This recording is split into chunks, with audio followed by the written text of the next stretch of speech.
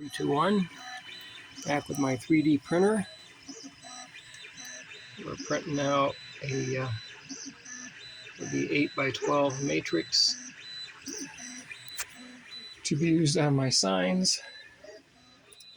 What it does is it makes the LEDs look much more squarish, makes the signs more readable. I mean, you can see it here with and without the plastic array. So far I've only printed 3 of them, but I need a total of 12 to do this one sign. This is a 16 by 72 LED sign, currently running with a T1000, but I also run them with Arduino Unos and stuff.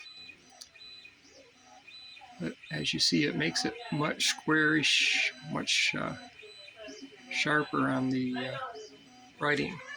That's all for now.